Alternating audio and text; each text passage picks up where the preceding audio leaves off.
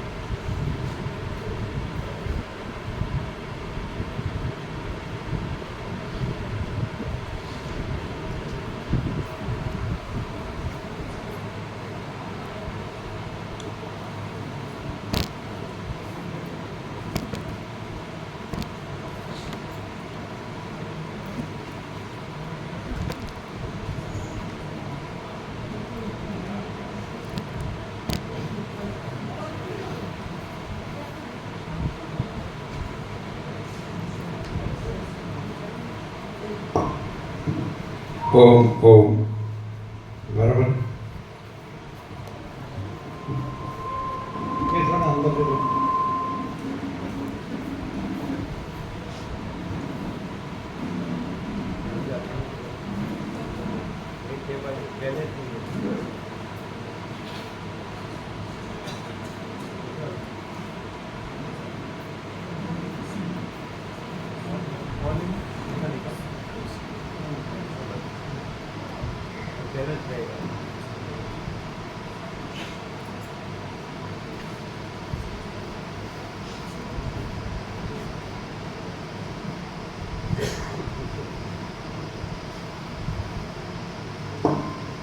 ओम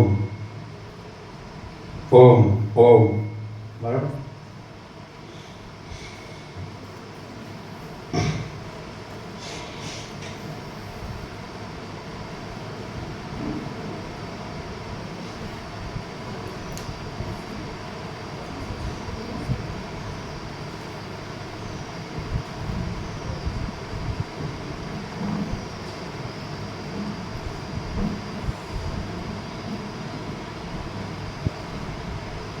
परम चिदाकार परम ज्योति अखंड ज्योति महाचिदाकार स्वयं प्रकाश संपूर्ण प्रकाश पूर्ण ब्रह्म अनंत तेजघन अनंत चिदघन परमाकाश केवल अनंत शुद्ध तेजघन परमाकाश अखिल आत्मा पूर्ण ब्रह्म परमात्मा परम चिदाकाश परम ज्योति अखंड ज्योति अनंत पूर्ण परम चिदाकाश परम शांति स्वयं सिद्ध स्वयं प्रकाश स्वयं पूर्ण स्वस्वरूप यही सब कुछ है, इसके सिवा कुछ नहीं है। शून्यभास अनंत कोटि महाकल्पो है ही नहीं। महाचिदाकाश स्वयं प्रकाश संपूर्ण प्रकाश महाचिदाकाश ज्योति अनंत अखंड अभेद महाचिदाकाश ज्योति महातत्व महासामान्य महाचिदाकाश स्वसंवेद्य सहज निर्विकल्प महाचिदाकाश परम कैवल्य परम शांति परम चिदाकाश अनंत पूर्ण निरपेक्ष सत अनंत संपूर्ण अपरिजय निर्भ्रांत निरपेक्ष वशिष्ठ राम स्थिति प्रकरण राउंड 44वां राउंड।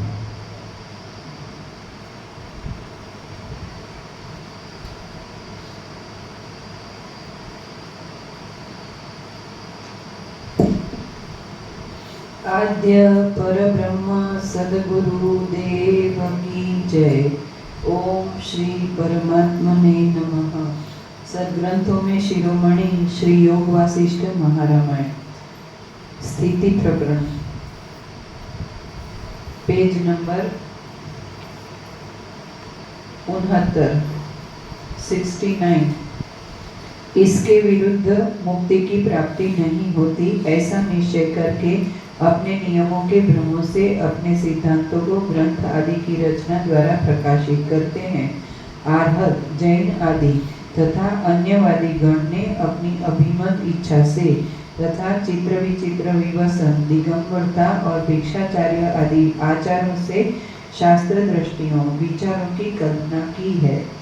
जैसे बिना निमित्त शांत जल में बुदबुदों के समूह निकलते हैं, वैसे ही अकारण आविर्भूत अपने अपने निश्चय से ये नाना प्रकार की शास्त्र की रीतियां हुई है। हे महाबाहो राम जी, इन सब रीतियों का मन वैसे ही आकार है, खानी है, जैसे सब मणियों का समुद्र। न तो नींब कटु है और न इक्षु ईख स्वाद मधुर है। ऐसे ही न चंद्रमा शीत है न अग्नि उष्ण है, किंतु भोग कराने वाले अदृष्ट के फल की उत्पत्ति पर्यंत चिरकाल से जिसने जिस पदार्थ में जैसा अभ्यास किया है, उसको वैसा ही वह प्राप्त हुआ है। इसी कारण से चंद्रमंडल में तथा सूर्य और अग्नि आदि के मंडलों में निवास करने वाले देवता शीत उष्ण आदि से पीड़ित नहीं होते। जो निरतिशय ब्रह्मानंद है, उसके लिए प्रयत्न करने वाले मनुष्यों को चाहिए कि मन को ब्रह्ममय करे, अर्थात अपने मन को ब्रह्म में लगाए, जिससे ब्रह्म की प्राप्ति होती है। अच्छी रीति से बालक के समान स्नेह करने वाला अपना मन तुच्छ दृश्य पदार्थ को त्यागता हुआ दृश्य जनित सुख तथा दुख से आकर्षित नहीं होता। हे पाप रहित राम जी, अपवित्र, असतरूप, अज्ञानदायक, भय का हेतु, बिना विचारे विशाल रूप और बद्धकारक इस दृश्य की भावना तुम मत करो, अर्थात अब उसमें अपना मन न लगाओ। संवेग का जो दृश्यमय होना, ज्ञान का जो दृश्यमय होना, उसी को पूर्वोक्त रीति से बुद्धिमान जन बंधन कारक कर्म कहते हैं। वही माया तथा अविद्या है और यही भयदायिनी भावना है। मन को केवल दृश्य में देखकर तुम यह जान लो कि यही सबका मोहित करने वाला, अज्ञानी करने वाला है। इसलिए महामलिन कर्दम रूप इस मिथ्या मन को शुद्ध करो, अर्थात मलिन होने से बचाओ। स्वभाव में स्थित जो दृश्य में तन्मयता अनुभूत होती है, यही संसार रूपी मदिरा है और पंडित जन इस दृश्य रूपता को अविद्या कहते हैं। इससे मारा हुआ पीड़ित संसार कल्याण को वैसे ही नहीं प्राप्त होता, जैसे मेघ पटल से नेत्रांध सूर्य के प्रकाशमान प्रकाश को नहीं देखता।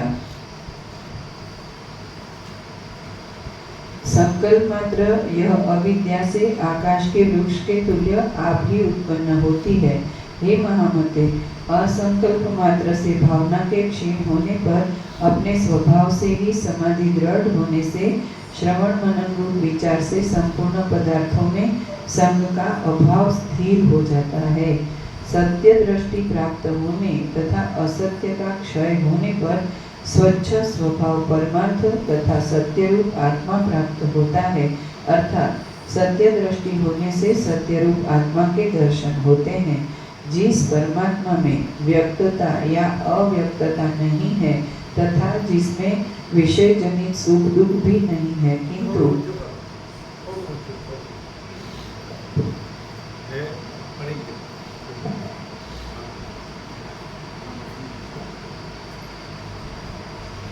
जिस परमात्मा में व्यक्तता या अव्यक्तता नहीं है तथा जिसमें विषय जनित सुख दुख भी नहीं है, किंतु केवल शुद्ध स्वभाव रूप अंत में ही प्राप्त होता है।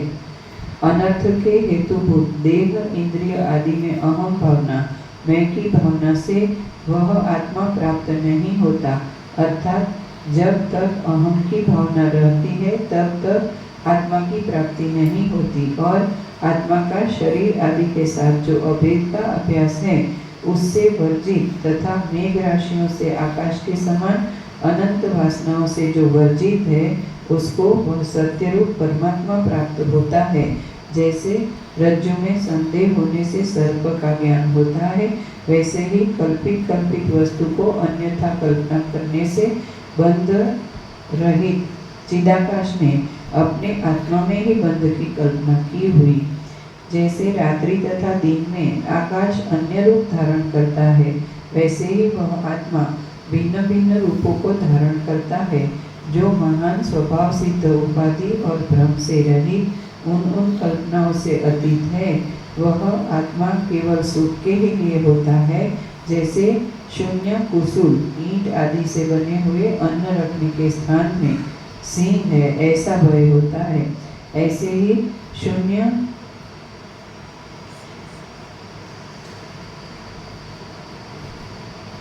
वह आत्मा केवल सुख के ही लिए होता है। जैसे शून्य कुसूल में सिंह है, ऐसा भय होता है, ऐसे ही शून्य इस शरीर में यह भय होता है कि मैं बद्ध हूँ। और शून्य कुसूल में जैसे वहाँ जाकर देखने से सिंह नहीं मिलता, वैसे ही देखा हुआ आत्मा संसार के बंधन के लिए नहीं होता।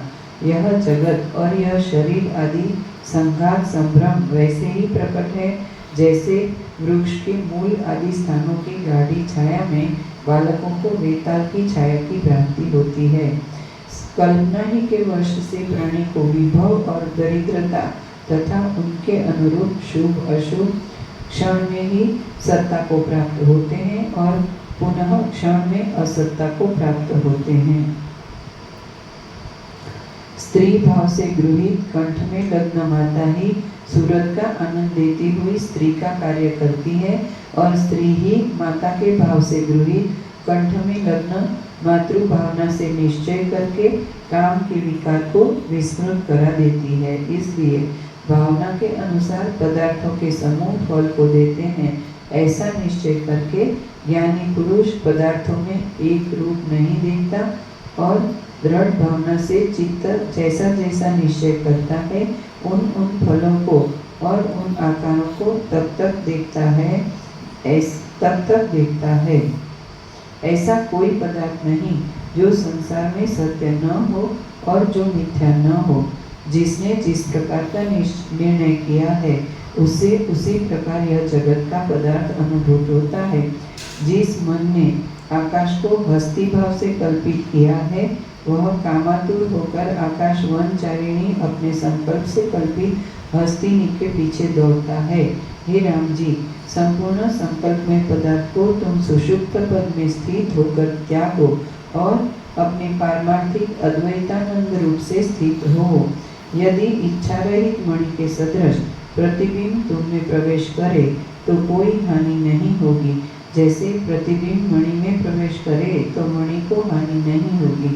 जड़ होने के कारण चेतन रूप तुम्हारे सदृश समर्थ नहीं, अर्थात वह जड़ और तुम चेतन हो, इसलिए उसकी और तुम्हारी क्षमता एक जैसी नहीं हो सकती। हे राम जी, जो जगत तुम में प्रतिबिंबित होता है वह मिथ्या है, ऐसा निश्चय करके तुम उसका रूप मत बनो, अथवा परमात्मा से अभिन्न वह परमार्थ रूप ब्रह्म ही है, ऐसा अंतःकरण में निश्चय करके अनादि अनंत आत्मस्वरूप को आत्मा से निश्चय करो। हे राम जी, जो जगत के पदार्थ तुम्हारे चित्त में प्रतिबिंबित होते हैं वे अन्य देहादि निष्ठ होने से तुमको राग युक्त न करें।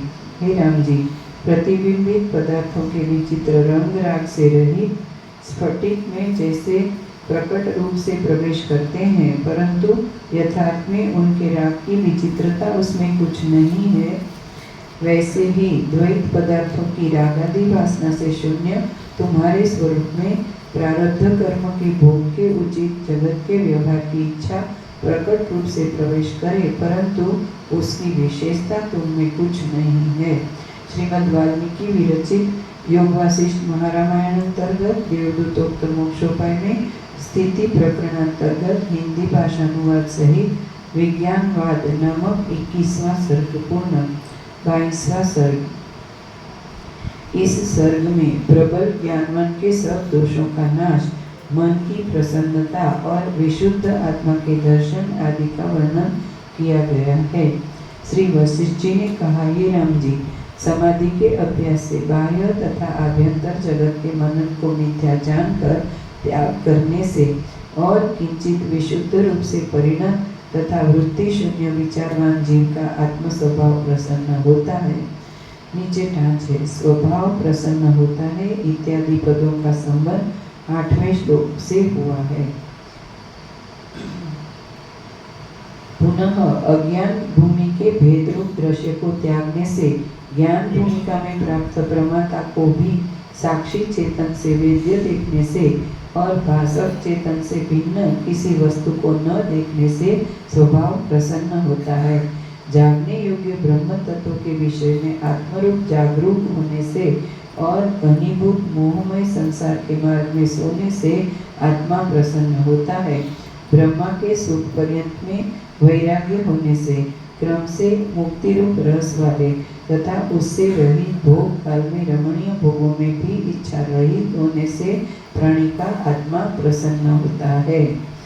आत्मरूप जल के साथ एकत्व प्राप्त होने पर, अनादि काल से अज्ञानाकाश के गलित होने पर और घर्म घाम में हिम के समूह के सदृश विषय संग के गलित होने पर आत्मा प्रसन्न होता है। मनोरथ रूप तरंगों से वृद्धि को प्राप्त, गज के कल्लोलों के समान चलायमान आभ्यंतर की तृष्णाओं के वर्षा काल के अंत में नदियों के समान शांत होने पर आत्मा प्रसन्न होता है। मूषक के दांतों के द्वारा पक्षी के जाल के सदृश संसार रूपी वासना जाल के टूटने पर और वैराग्य रूपी वेग के हृदय की ग्रंथि के ढीली होने पर आत्मा प्रसन्न होता है। कतक की धूलि से जैसे जल स्वच्छ होता है, वैसे ही ज्ञान के कारण से मन प्रसन्न होता है। काम से रहित, विषय के गुणों के अनुसंधान से शून्य, भार्या आदि जन समूह से वर्जित तथा बार बार भोग के लाभ की भूमि से रहित मन अज्ञान से वैसे ही निकल जाता है जैसे पिंजर से पक्षी। संदेह रूपी दुष्टात्मा के शांत होने पर कौतुक तथा भ्रम से रहित तथा अंत से परिपूर्ण चित्त पूर्ण चंद्रमा के समान शोभित होता है। उत्तम सौंदर्य सुख को उत्पन्न करने वाली अवनति से दूर और उन्नति रूप समदृष्टिता ऐसे ही उदित होती है जैसे वायु के शांत होने पर समुद्र में समता निश्चलता। सर्वथा अज्ञान रूप अंधकारमय जड़ता से अंतःकरण को जर्जरीभूत करने वाली वासना जीव माइनस देहमय इक्वल टू परमात्मा। जीव माइनस देहमय इक्वल टू परमात्मा। परमात्मा प्लस देहमय इक्वल टू जीव। क्लियर? जीव माइनस देहमय इक्वल टू परमात्मा। परमात्मा प्लस देहमय इक्वल टू जीव। क्लियर?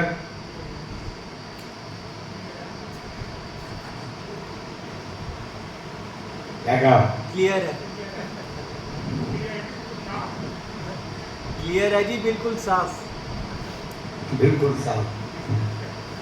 क्लियर है? बोलो। जीव माइनस देह में इक्वल टू परमात्मा, परमात्मा प्लस देह में इक्वल टू जीव।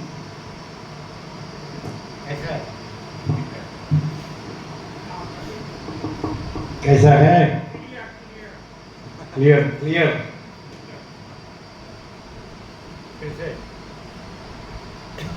जीव माइनस देह में इक्वल टू परमात्मा, परमात्मा प्लस देह में इक्वल टू जीव।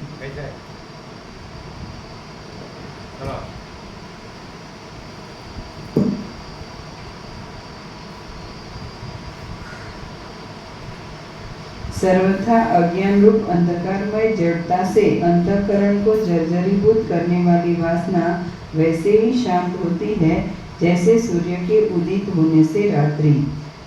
चित्तरूपी सूर्य को देखने वाली गुरु सेवा तथा श्रवण मनन समाधि अभ्यास रूप पुण्य वाली विवेक रूपा पद्मिनी हृदय रूपी तड़ाग में वैसे ही विकसित होती है जैसे प्रातःकाल सूर्य के प्रकाश से निर्मल आकाश। मनोहर संसार को प्रसन्न करने हारी सत्व गुण की वृत्ति से प्राप्त बुद्धि वैसे ही बढ़ती है जैसे संपूर्ण चंद्रमा की किरणें। अधिक कहने से क्या प्रयोजन। ज्ञात ज्ञेय ब्रह्मवेत्ता महाबुद्धिमान प्राणी न तो उदित और न अस्त वैसे ही होता है जैसे वायु आदि भूत रहित आकाश कोश। विचार से जिसका निज आत्मस्वरूप आविर्भूत हुआ है। अधिक कहने से क्या प्रयोजन। ज्ञात ज्ञेय ब्रह्मवेत्ता महाबुद्धिमान प्राणी न तो उदित और न अस्त वैसे ही होता है जैसे वायु आदि भूत रहित आकाश कोश। विचार से जिसका निज आत्मस्वरूप आविर्भूत हुआ है उसके अनुकंपनीय ब्रह्मा विष्णु इंद्र और शंकर आदि भी है, क्योंकि सृष्टि तथा अधिकार आदि में क्लेश ही है। प्रकट रूप से आकारवान होने पर भी जिसका चित्त अहंकार से रहित है उसको सांसारिक विकल्प वैसे ही नहीं प्राप्त होते जैसे मृग तृष्णा के जल पान को मृग। अपने चित्त की वासना के वश से ये सब लोग उत्पन्न होते हैं और नष्ट होते हैं और जन्म मरण अज्ञानी को वश में कर लेते हैं और ज्ञानी को नहीं। आविर्भाव और तिरोभाव रूप संसार अज्ञानी जीव में होता है न कि ज्ञानी का। इसमें तत्वज्ञानी मायाकृत व्याघ्रादि कौतुक के सदृश उसमें रमण करता है और अज्ञानी उसमें बंध जाता है। जैसे घट के नष्ट या उत्पन्न होने से घटाकाश न उत्पन्न होता है और न नष्ट होता है, वैसे ही शरीर के भूषित या दूषित होने पर आत्मा न नष्ट होता है और न उत्पन्न होता है, अर्थात शरीर नष्ट होने पर भी आत्मा विद्यमान रहता है। हे राम जी, शीतल विवेक के उदित होने से मिथ्या भ्रम रूपी मरुस्तर में उदित वासना वैसे ही नष्ट हो जाती है जैसे सम्मुख उदित चंद्रमा सहित सायंकाल में मरुस्तर की मृग तृष्णा। मैं कौन हूँ और यह संसार कैसे उत्पन्न हुआ, यह सब बात जब तक नहीं विचारी जाती तब तक अंधकार के सदृश यह मिथ्या संसार का आडंबर रहता है। मिथ्या भ्रम के समूह रूप से आविर्भूत और सब आपत्तियों का स्थान इस संसार को जो आत्मभावना से सर्वथा निसार देखता है अर्थात बाधित देखता है, वही देखता है। देश और काल के वश से उत्पन्न आदि दैविक तथा आध्यात्मिक आदि सब दुख शरीर को है, न कि पूर्णानंद आत्मस्वरूप मुझको। ऐसा जो भ्रम रहित देखता है वही देखता है, अर्थात जो आत्मा को सुख दुख से परे मानता है वही पूर्णानंद परब्रह्म को देखता है। अपार दिक्काल आदि सहित और परिच्छिन्न प्रमाण वाली उत्पत्ति तथा चलन आदि क्रिया सहित संसार में सर्वत्र मैं ही पूर्ण हूँ, ऐसा जो देखता है वही देखता है। अपार दिक्काल आदि सहित और परिच्छिन्न प्रमाण वाली उत्पत्ति तथा चलन आदि क्रिया सहित संसार में सर्वत्र मैं ही पूर्ण हूँ, ऐसा जो देखता है वही देखता है। जो सर्वव्यापी होकर यह देखता है कि कोटि प्रकार से कल्पित बाल के अग्र के लाखवें भाग से भी मैं सूक्ष्म हूँ, वही देखता है। जो सर्वत्र व्यापी होकर यह देखता है कि कोटि प्रकार से कल्पित बाल के अग्र के लाखवें भाग से भी मैं सूक्ष्म हूँ, वही देखता है। जीवात्मा तथा उससे भिन्न यह संपूर्ण जगत चित्त ज्योति मात्र है। ऐसे जगत को जो प्राणी उस परमात्मा से अभिन्न दृष्टि से देखता है अर्थात एक मानता है, वही देखता है। जीवात्मा तथा उससे भिन्न यह संपूर्ण जगत चित्त ज्योति मात्र है। ऐसे जगत को जो प्राणी उस परमात्मा से अभिन्न दृष्टि से देखता है अर्थात एक मानता है, वही देखता है। सर्वशक्तिमान और अनंत तथा अद्वितीय चिदात्मा ही सर्व पदार्थों में स्थित है ऐसा जो देखता है अर्थात परमात्मा सब में विद्यमान है वही देखता है। सर्वशक्तिमान और अनंत तथा अद्वितीय चिदात्मा ही सर्व पदार्थों में स्थित है, ऐसा जो देखता है अर्थात परमात्मा सब में विद्यमान है वही देखता है। आदि व्याधि तथा भय से उद्विग्न तथा जन्म मरणवान यह देह में नहीं हूँ, ऐसा जो बुद्धिमान देखता है वही देखता है। तिरछा ऊपर और नीचे व्यापक मेरा महिमा है और मेरा द्वितीय कोई नहीं है, ऐसा जो देखता है वही देखता है।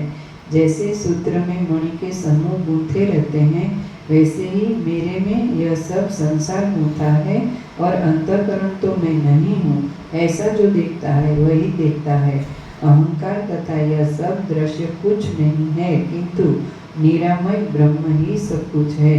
इस प्रकार भूत भविष्य वर्तमान अथवा व्यक्त और अव्यक्त के मध्य में स्थित जो अपना स्वरूप देखता है वही देखता है। यह त्रैलोक्य नाम से जो प्रसिद्ध है वह मेरा अवयव वैसे ही है जैसे समुद्र में तरंग। ऐसा जो अपने अंतःकरण में देखता है अर्थात जो अपने को त्रैलोक्य से अलग नहीं समझता वही देखता है। चेतन के बिना केवल अपनी सत्ता से मृतक के तुल्य होने से शोचनीय और अपनी चैतन्य की सत्ता की स्फूर्ति से पालन की हुई और दृष्टि मात्र से भी पीड़ित होने से अति कोमल मेरी छोटी भगिनी के सदृश यह त्रिलोकी है, ऐसा जो महान विचार से देखता है वही देखता है। जिस महात्मा के विचार में सांसारिक देहादि से निवृत्त त्वत्ता मत्ता केवल आत्मपरक है, वही उत्तम नेत्र वाला देखता है।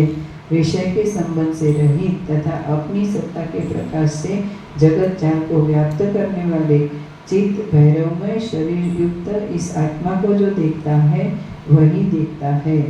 सुख दुख गुरु देवता तथा शास्त्र आदि में श्रद्धा और उसमें नित्यानित्य विवेक और उससे श्रवण मनन आदि क्रम से आत्म परिचय के भेद यह सब मैं हूँ, ऐसा जो देखता है वही देखता है। निरतिशय घनानंद पूर्ण और आनंद के लव से तर्पित इस जगत में एक देशवर्ती ऐहिक तथा पारलौकिक भोग्य वस्तु मुझे क्या दुख है जो त्याज्य है और क्या उस पदार्थ से मुझे सुख है जो ग्राह्य है, ऐसा देखता हुआ पुरुष भ्रांति रहित दृष्टि है अर्थात उसे त्याज्य और ग्राह्य विषयों को लेकर दुविधा नहीं रहती है। हे राम जी, तर्क से अगम्य विक्षेप रहित और सन्मात्र यह जगत है। इस प्रकार सम्यक ज्ञान होने से जिसकी त्याज्य और ग्राह्य की कल्पना क्षीण हो गई है वही पुरुष है जो आकाश के सदृश एकात्मा है और संपूर्ण भाव पदार्थ में व्याप्त होने पर भी उन पदार्थों का रूप नहीं होता अथवा उनमें अनुरक्त नहीं होता अर्थात आसक्त नहीं होता, वही महात्मा निरतिशय आनंद के उपभोग करने में समर्थ महेश्वर है। जागृत स्वप्न और सुषुप्ति से विनिर्मुक्त मृत्यु का भी प्रीति पात्र सौम्य सर्वत्र समान और तुरीयावस्था में प्रतिष्ठित जो प्राप्त पद है उसको मैं नमस्कार करता हूँ। जिसकी यह बुद्धि है, सोच है कि संपूर्ण ब्रह्मांडों में एक ही ब्रह्म है और विचित्र तथा रमणीय विभव वाली जगत की सृष्टि स्थिति तथा प्रलय रूप कल्पना में जिसकी ब्रह्माकार वृत्ति अनंत है, उस परम ज्ञानवान जीवन मुक्त शरीरधारी साक्षात शिव को हमारा नमस्कार है। 2 लाइन लास्ट। जागृत स्वप्न और सुषुप्ति से विनिर्मुक्त मृत्यु का भी प्रीति पात्र सौम्य सर्वत्र समान और उसके भी ऊपर एक जो आकाश के सदृश एकात्मा है और संपूर्ण भाव पदार्थ में व्याप्त होने पर भी उन पदार्थों का रूप नहीं होता अथवा उनमें अनुरक्त नहीं होता अर्थात आसक्त नहीं होता, वही महात्मा निरतिशय आनंद के उपभोग करने में समर्थ महेश्वर है। जागृत स्वप्न और सुषुप्ति के से विनिर्मुक्त मृत्यु का भी प्रीति पात्र सौम्य सर्वत्र समान और तुरीयावस्था में प्रतिष्ठित जो प्राप्त पद है उसको मैं नमस्कार करता हूँ। जिसकी यह बुद्धि है, सोच है कि संपूर्ण ब्रह्मांडों में एक ही ब्रह्म है और विचित्र तथा रमणीय विभव वाली जगत की सृष्टि स्थिति तथा प्रलय रूप कल्पना में जिसकी ब्रह्माकार वृत्ति अनंत है, उस परम ज्ञानवान जीवन मुक्त शरीरधारी साक्षात शिव को हमारा नमस्कार है।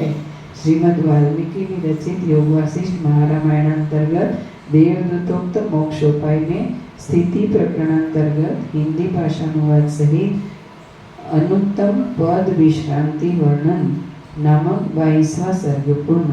23वां सर्ग ज्ञानी के लिए शरीर रूपी नगरी का राज्य और आसक्ति रहित उत्तम भोगों से मन का जय तथा उससे सुख के उदित होने आदि का इस सर्ग में वर्णन किया गया है।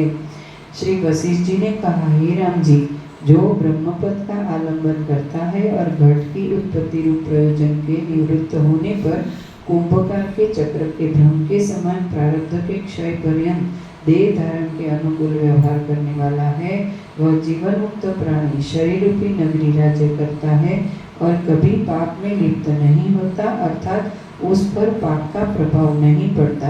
उस तत्वज्ञानी के लिए यह वाटिका के तुल्य शरीर रूपी महापुरी भोग और मोक्ष दोनों के लिए है और केवल सुख के लिए है, न कि दुख के लिए। श्री राम जी बोले, हे महामुने, शरीर का नगरी नाम कैसे है और इसमें निवास करता हुआ योगी राज्य के केवल सुख मात्र का भागी कैसे होता है। श्री वशिष्ठ जी ने कहा, हे राम जी, यह देह रूप नगरी अति रमणीय सर्वगुणों से युक्त है।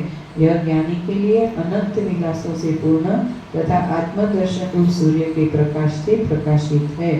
पुनः नेत्र रूपी वातायन जरोखे में इंद्रिय रूपी दीपकों से प्रकाश युक्त भुवन के अंतराल सहित है तथा हस्तरूप मार्ग के विस्तार से जंगल के पदार्थों की प्राप्ति से यह शरीर रूप नगरी शोभित है तथा रोम के समूह रूपी लता युक्त चर्म में स्थित नाड़ियों के समूह से शोभित और पादों की अंगुलियों में विश्रांत जंगा तथा उरु टांग रूपी स्तंभ मंडली युक्त यह नगरी है। इस नगरी में रेखाओं से विभक्त पाद के नीचे की कठिन त्वचा ही स्तंभ के मूल की आधारशिला निर्मित की गई है।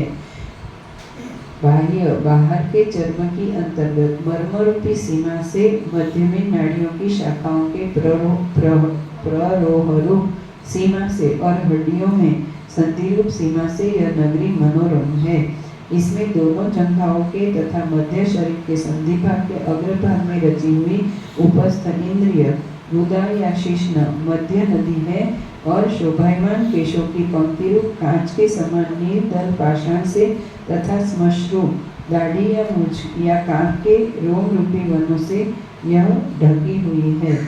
नील पत्र के समान दोनों बहुओं से गौर वर्ण नूतन कमल के सदृश ललाट से और पुष्पों के सदृश दोनों ओष्ठों से और उत्तम शोभावान मुख रूपी केलों के वन से शोभित दृष्टिपात रूप कमल से व्याप्त तथा कपोल रूपी विशाल स्थली युक्त शरीर से जो अति रमणीय है।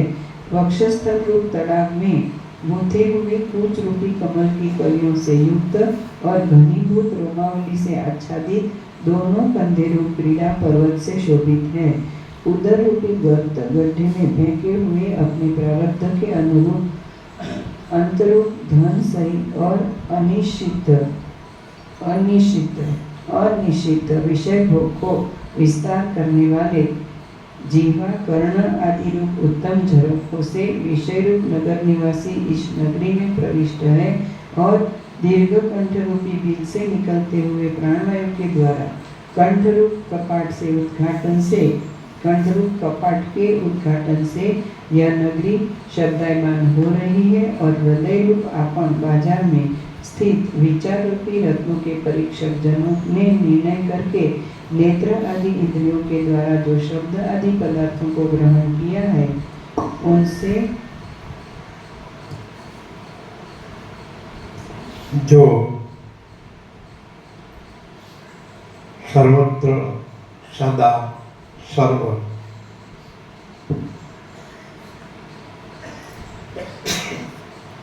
अपना चिदाकाश स्वरूप जानता है,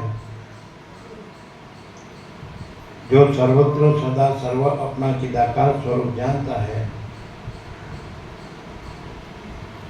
वो चिदाकाश स्वरूप है, जो सर्वत्र सदा सर्व अपना चिदाकाश स्वरूप जानता है, वो चिदाकाश स्वरूप है।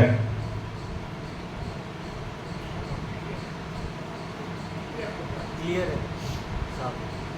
बराबर? बोलो।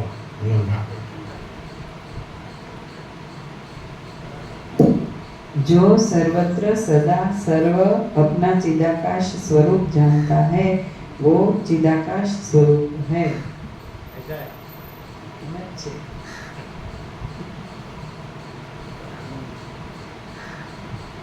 फिर से जो सर्वत्र सदा सर्व अपना चिदाकाश स्वरूप जानता है, वो चिदाकाश स्वरूप है। बराबर बराबर।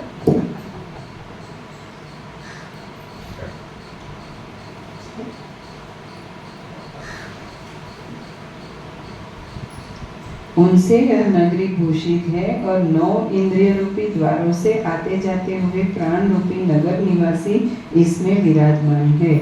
मुख में द्वार पर गजदंत की रचना के तुल्य किंचित दृष्ट दंत की अस्थि हड्डी के खंडों से पूर्ण है और इसमें मुख निवासिनी जीवारूप चंडी ने अनेक प्रकार के भोजनों को चबाया है। जहाँ रोम रूपी दीर्घ तृणों से कर्ण का कोटर रूपी कूप ढका हुआ है और पृष्ठ के अगल बगल की अस्थियों से पृष्ठ पर्यंत विस्तीर्ण जंगल से मनोहर है। जहाँ मल तथा मूत्र स्थान से निःसृत मल मूत्र रूपी कीचड़ दूर से ही बह रहा है और जहाँ चित्त रूपी उद्यान वाटिका की भूमि में गरजती हुई आत्मचिंता रूपा श्रेष्ठ अंगना क्रीड़ा कर रही है और बुद्धि रूप चर्म की रज्जु से चप्पल इंद्रिय रूप मरकट दृढ़ता से बंधे हैं और मुख रूपी वाटिका में उत्पन्न हास्य रूपी पुष्पों से यह नगरी मनोहर है। तथा अपने शरीर और मन को जानने वाले तत्वज्ञानी के लिए यह शरीर रूपी नगरी संपूर्ण सौभाग्य युक्त और सुंदरी परम सुख के तथा परम हित मोक्ष के अर्थ है, न कि दुख के लिए। हे राम जी, यह शरीर रूप नगरी अज्ञानी के लिए अनंत दुखों की कोशमालिका है, यह ज्ञानियों के लिए अनंत सुखों की कोशमाला है। हे शत्रुनाशक राम जी, इस शरीर रूप नगरी के नष्ट होने पर किंचित तुच्छ वस्तु नष्ट हो जाती है, न कि सत्य और स्थित रहने पर भोग तथा मोक्ष सब कुछ स्थित है। इसलिए ज्ञानी के लिए यह सुखदायिनी है। ज्ञानी पुरुष इस पर चढ़कर संसार में भली भांति विहार करता है। इस कारण यह शरीर रूप नगरी ज्ञानी के लिए रथ के तुल्य है। शब्द स्पर्श रूप रस और गंध रूप विषय बंधु और भोग मोक्ष श्री इसी शरीर से ही प्राप्त होती है। इसलिए ज्ञानी के लिए यह शरीर रूप नगरी लाभदायक है, अर्थात मनुष्य इस शरीर से ही सब कुछ पाता है, अतः इसके प्रति लापरवाही करना उचित नहीं है। सुख दुख रूप क्रिया समूहों को यह शरीर रूप नगरी स्वयं धारण करती है। इसलिए हे राम जी, यह ज्ञानी के लिए भोग तथा मोक्ष के उपयोगी वस्तुओं का संग्रह करने में समर्थ है। संताप रहित तथा स्वस्थ ज्ञानी पुरुष इस शरीर रूपी नगरी पर राज्य करते हुए वैसे ही स्थित रहता है जैसे अपनी नगरी में इंद्र। ज्ञानी पुरुष का जो मन रूपी मत्त हाथी योनि रूप गड्ढे में नहीं गिरता और न वह लोभ रूप विषय वृक्ष को शुल्क मूल्य लेकर विवेकवती बुद्धि रूप कन्या को मोह तथा अधर्म आदि दुष्कुलीनों को देता है। अज्ञान रूप जो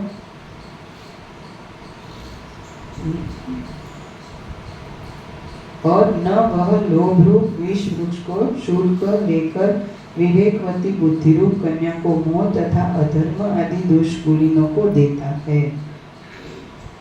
अज्ञान रूप जो अन्य के राज्य है, वे इस ज्ञानी के छिद्र दोष को नहीं देखते और संसार रूप शत्रु के भय के मूल स्नेहादि को यह काट डालता है, नष्ट कर देता है। काम के संभोग रूप दुष्ट ग्राह तथा सुख दुख रूप विलाप के साधन सहित तृष्णा रूपी नदी के महान भंवरे में वह मग्न नहीं होता, अर्थात उसमें आसक्त नहीं होता है। ज्ञानी पुरुष बाह्य तथा आभ्यंतर परमात्मा के दर्शन से आध्यात्मिक तथा आदि भौतिक नदी के संगम रूप तीर्थों में नित्य ही स्नान करता है। ज्ञानी पुरुष बाह्य तथा आभ्यंतर परमात्मा के दर्शन से आध्यात्मिक तथा आदि भौतिक नदी के संगम रूप तीर्थों में नित्य ही स्नान करता है। संपूर्ण इंद्रिय रूप जनों के बिना विचारे रमणीय विषयों में ज्ञानी पुरुष परांगमुख रहता है, अर्थात विषयों से दूर रहता है और ध्यान नामक अंतःपुर में नित्य सुख पूर्वक स्थित रहता है, अर्थात सुख पाता है। हे राम जी, आत्मा तत्व को जानने वाले को यह शरीर रूपी नगरी नित्य सुख देती है। यह भोग तथा मोक्षप्रद इस प्रकार है जैसे इंद्र को अमरावती नगरी, जिस शरीर रूप महानगरी के स्थित रहने पर सब कुछ स्थित है और नष्ट होने पर ज्ञानी का कुछ वैसे नहीं नष्ट होता जैसे घट के नष्ट होने पर घटाकाश को आक्रांत अपने अंतर्गत करने वाले महदाकाश का जो घट की विद्यमानता दशा में भी कुछ नहीं स्पर्श करता, वह उसके न रहने पर क्या स्पर्श करेगा। यह वार्ता जैसे है वैसे ही शरीर रूपा नगरी के विषय में जीवात्मा की है, अर्थात जब यह शरीर विद्यमान रहते हुए भी कुछ नहीं कर सकता तो अभाव में क्या कर सकती है। सर्वत्र प्राप्त भी आत्मा इस शरीर रूप नगरी में स्थित होकर संसार में कल्पित संपूर्ण भोगों को भोग के पूर्व काल में साक्षात्कृत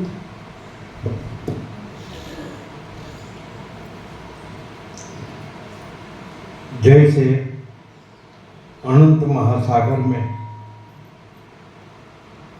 अनंत एक रस जल है, वैसे अनंत महाचिदाकाश महासागर में अनंत एक रस महाचैतन्य प्रकाश है।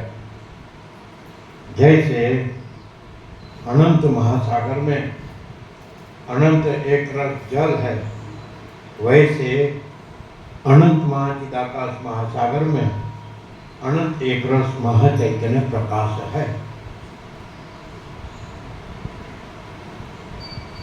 बोलो, क्लियर है?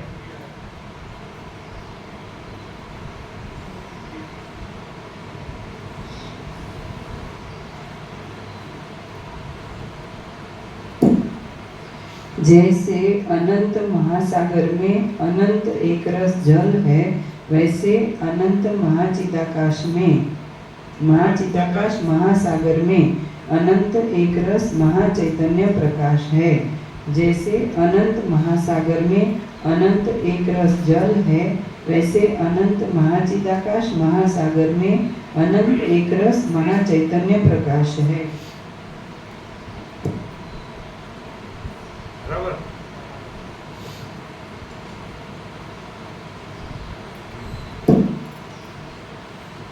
सर्वत्र प्राप्त भी आत्मा इस शरीर रूप नगरी में स्थित होकर संसार में कल्पित संपूर्ण भोगों को भोग के पूर्व काल में साक्षात पूर्णानंद आत्मस्वरूप परम पुरुषार्थ मोक्ष का भागी होता है। संपूर्ण अर्थ क्रिया की ओर झुके कदाचित प्रारब्ध कर्म के अनुकूल प्राप्त कर्तव्य अर्थों को करता है, इसलिए व्यवहार की दृष्टि से वह सब कुछ करता हुआ भी कुछ नहीं करता, अर्थात वह कर्तव्य कर्मों को अनासक्त भाव से करता है। सर्वत्र गतिशील यह आत्मा कभी भोग के कौतुक सहित इसका विनोद करने के वास्ते हृदय कमल रूप विमान पर लीला से आरूढ़ होता है। उस विमान पर चढ़कर संसार में अति सुंदर निरंतर शीतल अंग वाली मैत्री रूप प्रिया के साथ रमण करता है। ज्ञानी पुरुष के दोनों भागों में सत्यता तथा एकता रूप दो प्रियाएं वैसी ही स्थित रहती है जैसे चंद्रमा के समीप चित्त को प्रसन्न करने वाली विशाखा की दो तारा। जैसे आकाश में स्थित सूर्य भगवान लताओं से वेष्टित वन को देखते हैं, वैसे ही ज्ञानी पुरुष क्षय को प्राप्त तथा दुख रूपी केकड़े से विदीर्ण दुखग्रस्त संपूर्ण लोकों को देखता है, अर्थात वह संसार को रमणीय नहीं मानता है। चिरकाल तक संपूर्ण दिशाओं या कामनाओं का पूर्ण करने वाला और संपूर्ण संपत्तियों से सुंदर पूर्ण चंद्रमा के समान पुनः खंडित न होने के लिए शोभित होता है।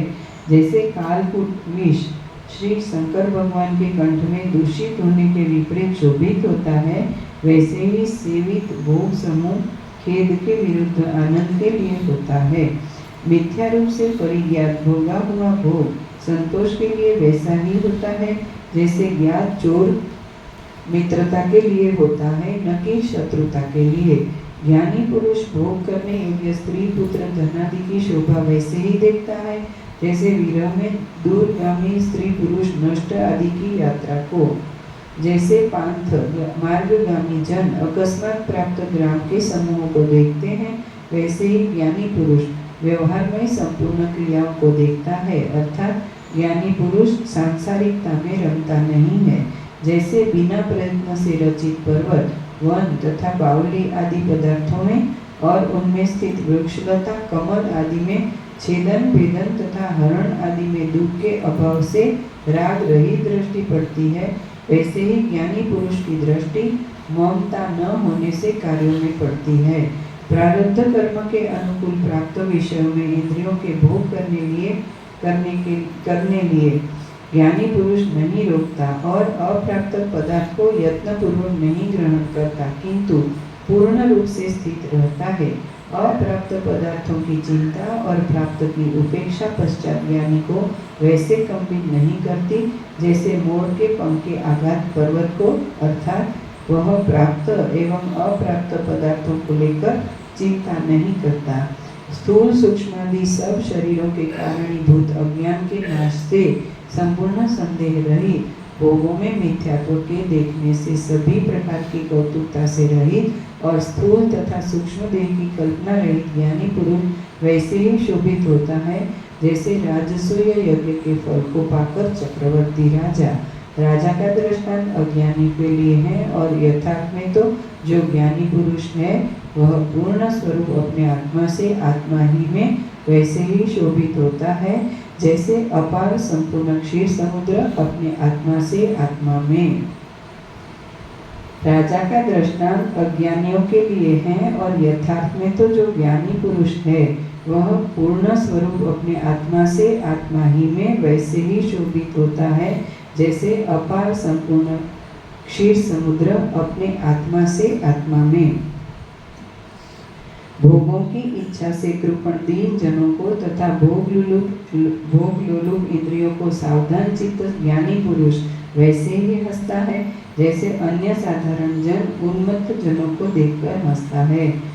ज्ञानी पुरुष त्यागे हुए भोग की इच्छा करने वाली इंद्रियों की प्रवृत्ति पर वैसे ही हंसता है जैसे अन्य से त्यागी स्त्री को चाहने वाले पुरुष को। आत्मसुख को त्यागते हुए शांत मन को विषय की ओर भागते हुए इसको विचार से वैसे ही रोकना चाहिए जैसे अंकुश से मंद हस्ती को, अर्थात मन को विषयों की ओर जाने से रोकने के लिए हर संभव प्रयास करना चाहिए। जिस भोग की तृष्णा से मन की वृत्ति को अवसर दिया जाता है उससे भी आरंभ में ही वैसे ही मानना चाहिए जैसे विष के अंकुर की गति को, अर्थात विषय वृत्ति को शुरू से ही पनपने नहीं देना चाहिए। जैसे विष के अंकुर की गति को, अर्थात विषय वृत्ति को शुरू से ही पनपने नहीं देना चाहिए, अन्यथा आगे चलकर वह घातक बन जाती है। चिरकाल से वश में किए गए मन का किंचित भी सम्मान वैसे अनंतता को प्राप्त होता है जैसे ग्रीष्म ऋतु में संतप्त धान के लिए किंचित सिंचन भी अमृत के तुल्य होता है। सुखी पुरुष को अधिक सम्मान भी किंचित वैसे ही नहीं भान होता जैसे पूर्ण नदियों को वर्षा का अल्प प्रवाह। पूर्ण प्रवाह तो अन्य साधारण को वैसे ही चाहता है जैसे अपने जल से जगत को पूर्ण करने वाला समुद्र अन्य नदी आदि के जल को ग्रहण कर ही लेता है। निगृहित मन पीछे से अल्प विषय को अपेक्षा के पूर्व की अपेक्षा से वैसे ही अधिक मानता है जैसे बंधन से छूटा हुआ राजा भोजन मात्र से संतुष्ट हो जाता है और शत्रुओं के आक्रमण से रहित राज्य को भी अधिक नहीं मानता है, अर्थात ऐसे राजा के लिए भोजन द्वारा अपने प्राण बचाने की चिंता अधिक रहती है। उसे इस राज्य की चिंता नहीं सताती। हाथ से हाथ को पीड़न करके दांतों को दांतों से पीस कर तथा अंगों से अंगों को आक्रमण कर जैसे शत्रुओं को जीता जाता है, वैसे ही सब प्रयत्नों से इंद्रिय रूप शत्रुओं को जीतना चाहिए। अर्थात इंद्रियों को जीतना है तो प्राणी को उनके प्रति शत्रुवत व्यवहार करना चाहिए। इस संसार में जीतने के अभिमानी उत्साहयुक्त पंडित जनों को हृदय में रहने वाले प्रथम शत्रु इंद्रियों को भली भांति जीतना चाहिए। इस संपूर्ण पृथ्वी तल में वे चित्त को जीतने वाले भाग्यवान सावधान चित्त और अपने बंधन से मुक्त होने के कारण कुशलता में गणनीय पुरुष हैं, जो अपने चित्त से नहीं जीते जाते। अर्थात जिसे चित्त जीत लेता है वह माननीय पुरुष नहीं होता।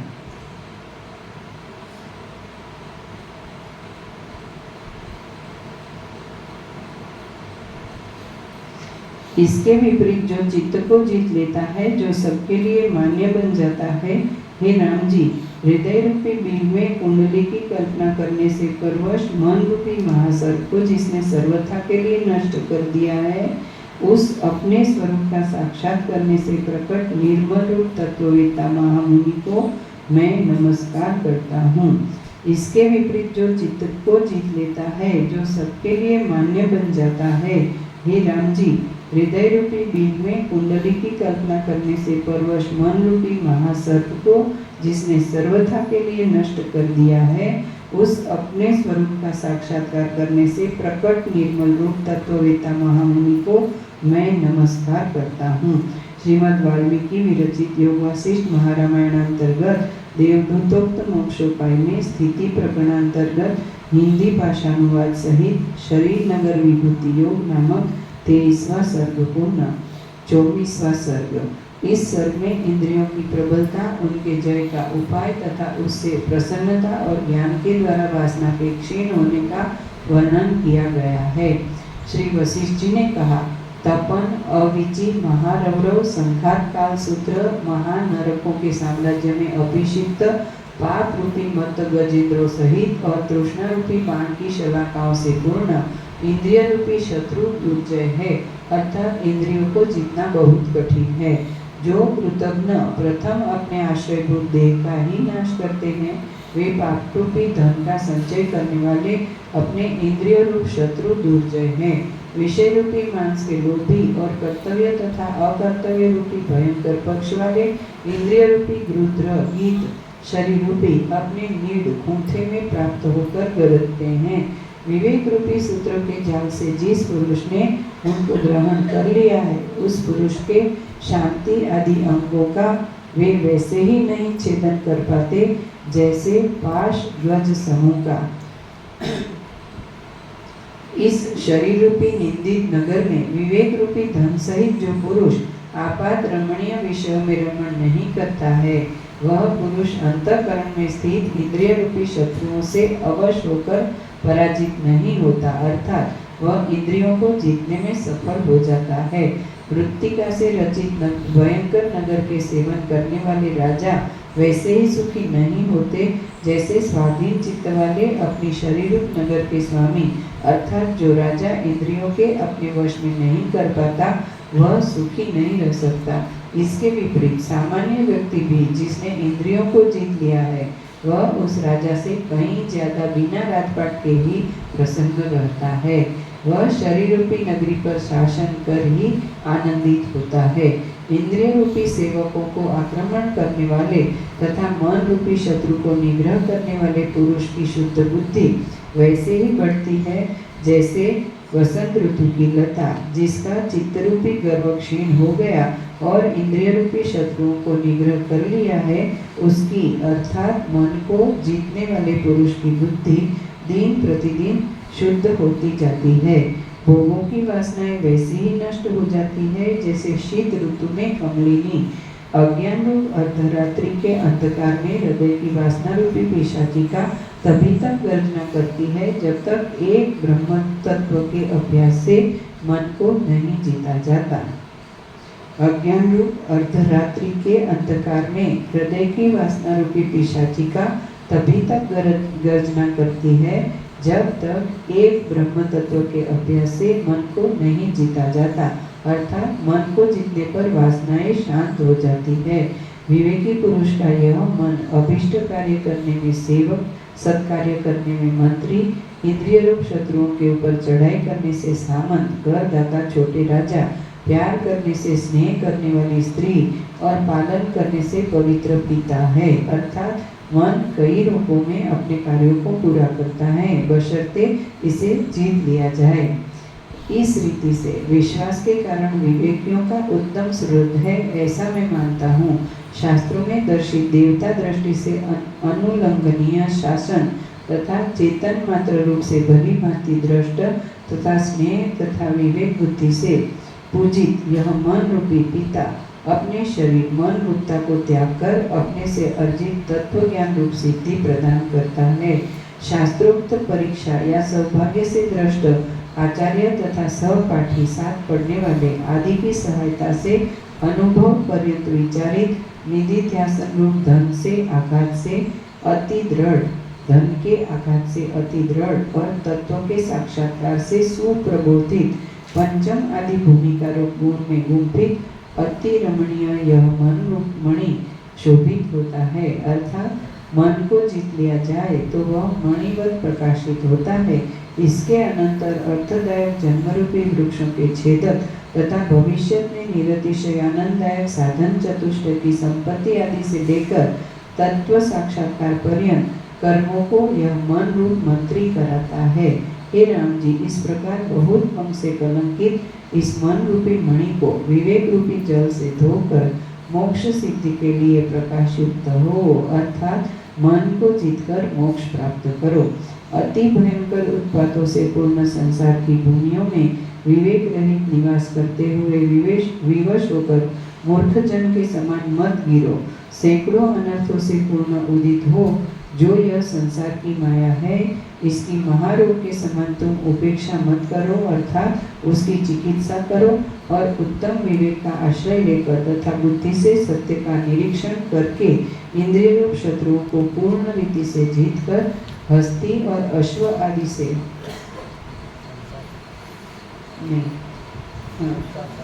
इंद्रिय एक लाइन पूरी। अति भयंकर उत्पातों से पूर्ण संसार की भूमियों में विवेक रहित निवास करते हुए विवश होकर मूर्ख जन के समान मत गिरो, फंसो। सैकड़ों अनर्थों से पूर्ण उदित हो जो यह संसार की माया है, इसकी महारोग के समान तुम उपेक्षा मत करो, अर्थात उसकी चिकित्सा करो और उत्तम विवेक का आश्रय लेकर तथा बुद्धि से सत्य का निरीक्षण करके इंद्रिय रूप शत्रुओं को पूर्ण रीति से जीत कर संसार सागर को पार करो। इस शरीर इंद्रिय आदि के तथा सुख दुख आदि के असत्य होने से इनके जीतने से क्या फल है। इस प्रकार दाम व्याल कट न्याय से तुम इसमें मत फंसो। नीचे टाँच है, इसका निरूपण आगे 25वें सर्ग में किया जाएगा। इस प्रकार दाम व्याल कट न्याय से तुम इसमें मत फंसो, किंतु विवेक के अभ्यास से भीम भास दृढ़ न्याय से अपने कर्तव्यों को पूरा करो, इससे तुम शोक रहितता को प्राप्त होगे।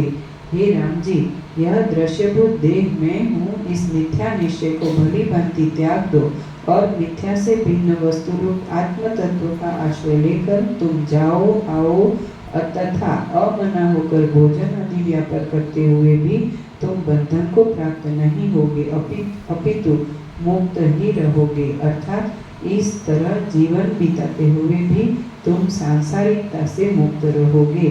श्रीमद् वाल्मीकि विरचित योग वासिष्ठ महारामायण अंतर्गत देवदूतोक्त मोक्षोपाय में स्थिति प्रकरण अंतर्गत हिंदी भाषानुवाद सहित मन की सत्ता का प्रतिपादन नामक 24वां सर्ग पूर्ण। सर्ग 25वां। शंबर के सेनापतियों का देवताओं द्वारा विनाश तथा दाम याग एवं कट की उत्पत्ति और उनसे जय की आशा आदि का वर्णन इस सर्ग में किया गया है।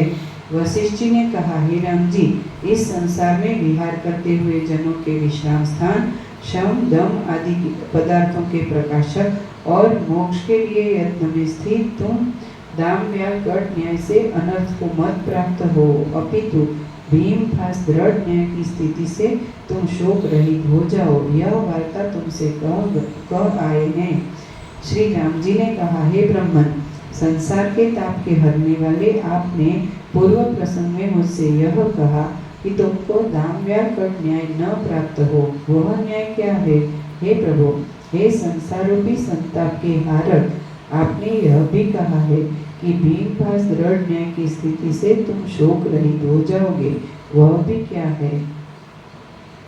हे भगवान, हे उदार चित्त, इस दोनों कथाओं के वर्णन द्वारा संताप हारिणी वाणी से मुझे ऐसे प्रबोधित कीजिए जैसे वर्षा काल में मेघ मयूर को करते हैं।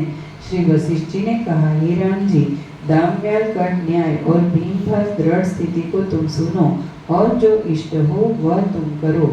संपूर्ण आश्चर्यों से मनोरम पाताल रूपी गर्त में माया रूपी मणियों के महासमुद्र के समान शंबर नामक दैत्यों का राजा था। वह आकाश में कल्पित नगरों तथा उद्यानों में असुरों के लिए मंदिर बनाने वाला था तथा कृत्रिम चंद्र सूर्य से आत्मीय वर्गों को शोभित करने वाला वह था। पाषाण की शिलाओं के समान सुलभ पद्म रागादि मणियों से निधि या सुमेरु के समान और अनंत ऐश्वर्यों से दानवों को परिपूर्ण करने वाला था। वह गृह में रत्नभूत स्त्रियों के गान से अप्सराओं की ध्वनि को जीतने वाला और चंद्रबिंब की कला से पूर्ण क्रीड़ा रूपी उपवन वाटिका वृक्ष उसके पूर्ण थे। विकसित कमलों की रचना से उसका रमण गृह कामी जनों के लिए भयंकर था। वह रत्नों के हंसों की ध्वनि से सुवर्ण के कमल से सारस पक्षियों का आह्वान करने वाला था। सुवर्ण के वृक्षों के अग्रभाग में कमल की कलिका को रचने वाला तथा उसके करंज वृक्षों के जाल में मंदार वृक्षों का समूह गिर रहा था तथा कर्तनी नामक यंत्र कर्तनी के मान दैत्यों से इंद्र को भी जीतने वाला और वह हिम के समान शीतल अग्नि की ज्वालाओं से उद्यान मंडप का रचने वाला था। यह सब स्थानों में कुसुमों के उद्यानों से इंद्र के नंदनवन को जीतने वाला तथा अपनी माया से सर्पों के साथ मलयाचल के चंदन भी हटता था। उसके अंतःपुर की अंगना अपने अंगों से सुवर्ण की शोभा और संसार की सुंदरता को जीतने वाली थी तथा जिसके गृह का आंगन नाना प्रकार के पुष्पों के समूह से भरपूर्ण था, जिसने क्रीडार्थ रचित मृत्तिका के महादेव से चक्रधर विष्णु भगवान को भी जीता था तथा निरंतर उड़ने वाले रत्नों के समूहों से उसका आकाश या नगरांतर तारागणों से पूर्ण था और अमावस्या आदि से लेकर अर्धरात्रि में उसका आकाश तल सैकड़ों चंद्रमाओं से युक्त था और निज रचित प्रतिमा की पूजा के दर्शकगण उसके रण के उत्कट प्रबंध का गान करते थे। वह माया रचित ऐरावत गजेंद्रों से इंद्र के हस्ती को भगाता था। तीनों लोकों के ऐश्वर्यों में रत्नभूत स्त्री, हस्ती और अश्व आदि से उसका अंतःपुर परिपूर्ण था। सब प्रकार की संपत्तियों से शुभम संपूर्ण ऐश्वर्यों से वह नमस्कृत था। उसका उग्र शासन समस्त सामंतों छोटे करदाई राजाओं से वंदनीय था। उसकी महाभुजारूप वन की छाया में असुर मंडल विश्राम थे। सब बुद्धिगणों का आधार और रत्नों के समूह से शोभित वह शंबर नामक दैत्य था। देवताओं को उखाड़ने वाले पूरी तरह से नष्ट करने वाले तथा भयंकर आकार वाले उस दैत्य की देवताओं का नाश करने वाली बड़ी सेना थी, परंतु माया से बली उस दैत्य के शयन करने तथा देशांतर जाने पर अर्थात कोई भी कमजोरी या दोष पाकर देवता उसके राज्य पर हमला बोल देते थे। देवता लोग उसकी सेना को क्रोध से मारते थे। हे राम जी, इसके अनंतर शंबर दैत्य ने मुंडी, क्रोध, द्रुम आदि सेनापतियों को अपनी सेनाओं की रक्षा के लिए नियुक्त किया। अवसर पाकर उनको भी भयंकर देवता लोग वैसे ही मारते थे जैसे आकाश के अंतर्गत बटेर पक्षियों को सेन बाज मारते हैं। यह सब देख उत्तम शंबर ने अपने राज्य को देवताओं के आक्रमण से बचाने के लिए अन्य चपल वीर सेनापतियों को वैसे ही उत्पन्न किया जैसे समुद्र तरंगों को समुद्र, परंतु देवताओं ने उसके उन सेनापतियों को भी मार डाला। इस कारण उसने शीघ्र देवताओं से पूर्ण स्वर्ग के तथा देवताओं का नाश करने के लिए कोप किया। उससे भयभीत होकर देवता वैसे ही लुप्त हो गए जैसे सुमेरु पर्वत के वन के कुंजों में पार्वती के वाहन सिंह से भयभीत मृग, जहाँ क्षुद्र देवतागण रोदन कर रहे थे और अप्सराओं का मुख जहाँ अश्रु से पूर्ण था, इस प्रकार स्वर्ग को उसने वैसे ही निर्जन देखा जैसे प्रलय से क्षीण जगत को। वहाँ पर विचरते हुए उसने कुपित होकर वहाँ की सुंदर वस्तुएं ले ली और इंद्र की नगरी को जलाकर वह अपने राज्य को लौट गया। इस प्रकार देवता और दानवों में वैर प्रबल होने पर देवताओं ने स्वर्ग को त्याग दिया और अंतर्धान हो गए। हे राम जी, इसके अनंतर शंबर दैत्य ने जिन जिन सेनापतियों को अपनी सेना की रक्षा के लिए तैयार किया, देवताओं ने उनको मार डाला। इसकी अगली लाइन में अंतर के बदले अनंतर करेक्शन। हे राम जी, इसके अनंतर शंबर दैत्य ने जिन जिन सेनापतियों को अपनी सेना की रक्षा के लिए तैयार किया, देवताओं ने उनको मार डाला। तब क्षुभित होकर शंबर अति क्रुद्ध हो गया, तृण की अग्नि के समान श्वास लेता हुआ वह जलने लगा, अर्थात देवताओं के प्रति उसकी क्रोधाग्नि भड़क उठी। इसके अनंतर शंबर दैत्य ने देवताओं को तीनों लोकों में भी खोजा, परंतु उसे वे वैसे ही नहीं मिले जैसे अति प्रयत्न से खोजने पर भी पापी द्रव्य के कोष को प्राप्त नहीं कर पाता है। इसके पश्चात उसने प्रसन्न चित्त होकर मूर्तिमान काल के सदृश महाबली और भयंकर 3 असुरों को देवताओं की सेना को क्षय करने के लिए उत्पन्न किया।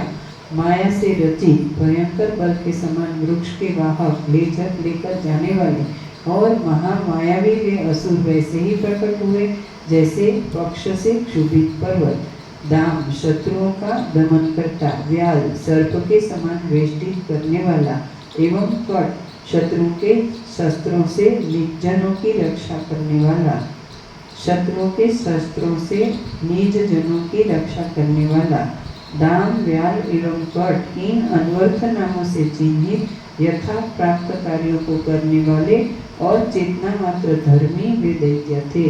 पूर्व जन्म के कर्मों के अभाव से उनमें वासनाएं नहीं थी, किंतु शंका पलायन आदि से शून्य निर्विकल्प चिन्मात्र सन्निधान से देह के परिस्मरण तन्मात्र धर्मी थे। कर्म जीव शंबरासुर की कुशलता रूप अल्प परिणाम वाली भोग की सारता से शून्य, कर्म वासना की पुष्टि से रहित और माया रचित सृष्टि के संकल्प की वृत्ति को ग्रहण करके अंतर्यामी चेतन के निमित्त से वे दामव्याल आदि उदित हुए थे। वासना से रचित वे तीनों वीर अंध परंपरा से काकतालीय न्याय के समान उपस्थित क्रिया का अनुसरण करते थे। जैसे अर्धसुप्त बालक अपने अंगों से चेष्टाएं करता है, वैसे ही वे तीनों वीर वासना तथा आत्माभिमान से वर्जित थे। वे न तो युद्ध काल में अभिमुखता से शत्रुओं का पतन जानते थे, न विश्वस्त शत्रुओं में पतन जानते थे, न भागना जानते थे, न जीवन मरण संग्राम तथा जय पराजय जानते थे, किंतु अपने प्रहारों से वे पर्वतों को भी दलित करने वाले वे वीर युद्ध में मारने को उद्देश्य शत्रु के योद्धाओं को आगे देखकर सम्मुख जाते थे। संतुष्ट चित्त शंबर दैत्य ने अपने चित्त में चिंतन किया कि माया रचित इन असुरों से रक्षित मेरी सेना अवश्य जीतेगी। अति बल से युक्त और असुरों के भूज रूपी वृक्षों की छाया में पालित मेरी सेना शत्रुओं के प्रहार में वैसे ही स्थिरता को प्राप्त होगी, अर्थात अटल रहेगी, जैसे दिग्गजों के दांतों के विघटन में मेरु पर्वत की हिम की शिला। श्रीमद् वाल्मीकि विरचित योग वासिष्ठ महारामायण अंतर्गत देवदूतोक्त मोक्षोपाय में स्थिति प्रकरणांतर्गत हिंदी भाषानुवाद सहित दाम व्याल कटोत्पत्ति वर्णन नामक 25वां सर्ग पूर्ण।